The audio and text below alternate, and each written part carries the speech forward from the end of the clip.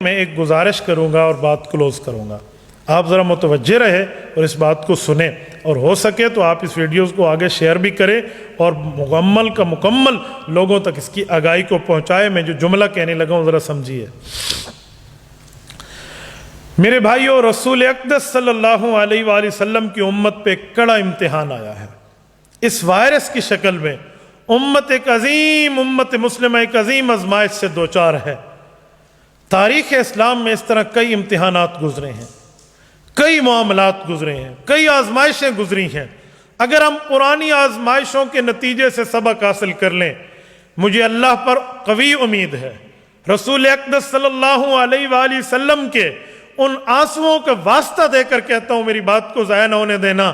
ضرور اللہ اس وبا سے پوری امت کو نجات عطا فرمائے گا. وہ کیا ہے؟ مسند دارمی میں امام دارمی رحمہ اللہ روایت لائے ہیں. الخصائص الکبریٰ میں، اس طرح وفاء الوفا میں، مختلف 20 کتب میں موجود ہے، کتب حدیث میں، کتب سیرت میں، کہ رسول اقدس صلی اللہ علیہ وآلہ وسلم کے بعد ایک زمانہ ایسا آیا، صحابہ کرام کا زمانہ تھا. ام المؤمنین سیدہ کائنات صدیقہ بنت صدیق سیدہ عائشہ صدیقہ رضی اللہ عنہا دنیا میں موجود تھیں. بارش کی قحط سالی، خشک سالی شروع ہو گئی، بارش برسنا بند ہو گیا، تو بارش کا نام و نشان نہیں تھا. امت اس بارش کی وجہ سے، نہ ہونے کی وجہ سے بہت پریشان تھی. صحابہ کرام سیدہ عائشہ رضی اللہ عنہا کے پاس یہ بات لائے. انہوں نے عرض کیا، مجھے ایک بات پر قوی امید ہے، آپ چلیے رسول اقدس صلی اللہ علیہ وسلم کی قبر مبارک سے ایک اینٹ کو ہٹا لیجئے، اوپر سے چھت سے ایک اینٹ ہٹا لیجئے، تاکہ قبر مطہر اور آسمان کے درمیان کوئی فاصلہ نہ رہے. جب قبر مطہر میں اور آسمان کے درمیان کوئی فاصلہ نہیں ہوگا، اللہ کی رحمت برسے گی. ہماری اماں جان، خدا کی قسم، بندہ کو اپنی ماں کے ہونے میں اور ام المؤمنین عائشہ صدیقہ کے ماں ہونے میں کتنا فرق نظر آتا ہے. قرآنی ماں، اسلامی ماں، ایمانی ماں. وہ بات سچی ہوئی، صدیق کی سچی بیٹی کی بات سچی ہوئی. وہ اینٹ ہٹائی گئی، بارش چھم چھم کے برسی، بارش برس کے برسی. بارش ایسی برسی جیسے برسنے کا حق ہو. حدیث پاک میں ہے، اونٹ اتنے موٹے ہو گئے کہ وہ کھا کے ان کے جو گھاس ہو گئے وہ چربی والے ہو گئے، پھٹنے کے قریب ہو گئے. اتنا زیادہ بارش برسی اور واہ معاملہ ہو گیا. وبا ختم ہو گئی، قحط سالی ختم ہو گئی، خشک سالی ختم ہو گئی. اے کاش ہمارے آج مسلم حکمران، اے کاش ہمارے یہ حکمران وقت آج سارے اکٹھے ہوتے اور مدینہ منورہ جاتے، وہاں کے حکمرانوں کو ساتھ لے کر مسجد نبوی میں پہنچتے، عین قبلہ، عین روضہ رسول کے سامنے ہوتے، اور رسول اقدس صلی اللہ علیہ وسلم کے اس روضے کے اوپر آج بھی چھوٹی سی جگہ موجود ہے جہاں سے کھولا جا سکتا ہے کہ اوپر سے ڈائریکٹ بارش برس سکتی ہے، اور جو ہے نا بالکل فضا صاف ہو سکتی ہے. آسمان اور قبر مبارک کے نزدیک کا معاملہ کچھ نہیں رہتا.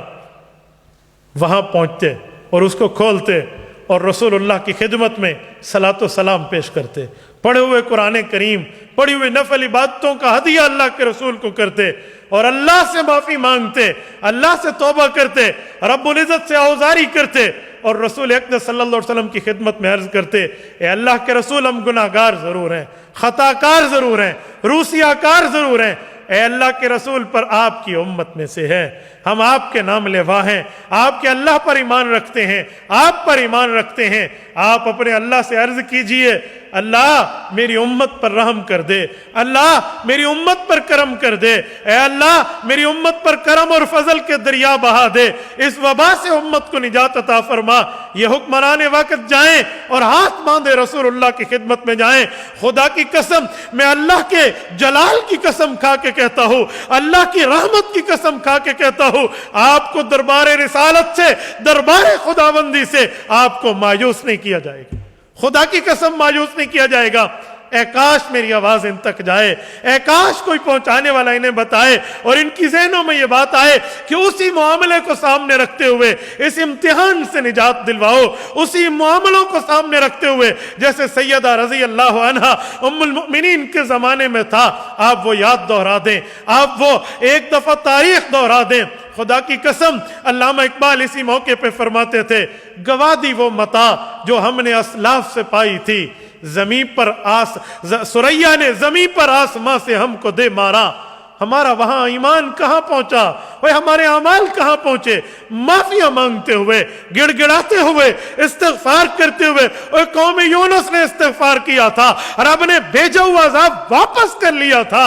اور جاؤ اللہ کے رسول کے دربار میں جاؤ، معافیاں مانگو، ایمان کے ساتھ جاؤ، اسلام کے ساتھ جاؤ، کلمے کی دولت کے ساتھ جاؤ، دین کا واسطہ لے کر جاؤ اور رسول اللہ کی خدمت میں جاؤ. اور اللہ کے رسول نے ہاتھ اٹھا لیے، خدا کی قسم یہ ہاتھ خالی نہیں لوٹیں گے. یہ وہ مبارک ہاتھ ہیں جس ہاتھ کی انگلی اٹھتی ہے چاند تو ٹکڑے ہو جاتے ہیں. یہ ہاتھ اٹھتے ہیں، ابو ہریرہ رضی اللہ عنہ گھر میں بات میں پہنچتے ہیں، ماں کو کلمہ پہلے نصیب ہو چکا ہوتا ہے.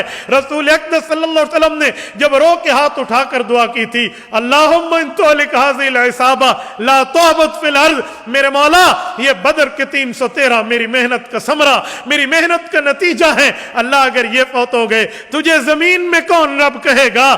اللہ کی رحمت کو جوش آیا، بخمسۃ آلاف من الملائکۃ مردفین، رب نے 5,000 فرشتے اتارنے کی بات کر دی. صدیق اکبر گئے، مسجد العریش میں گئے، وہی عریش جو ایک خیمہ تھا آج وہاں مسجد قائم ہے. صدیق اکبر نے عرض کیا، یا رسول اللہ، اللہ آپ کے خالی ہاتھ واپس نہیں لوٹائے گا، اللہ آپ کے آنسوؤں کو ضائع نہیں کرے گا.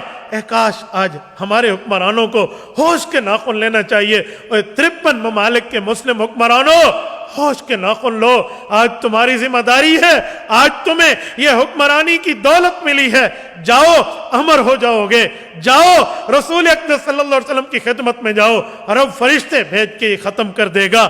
فضائے بدر پیدا کر، فرشتے تیری نصرت کو اتر سکتے ہیں گردوں سے، قطار اندر قطار اب بھی. اے کاش جتنا میرے سے تھا میں نے پیغام بھجوایا ہے.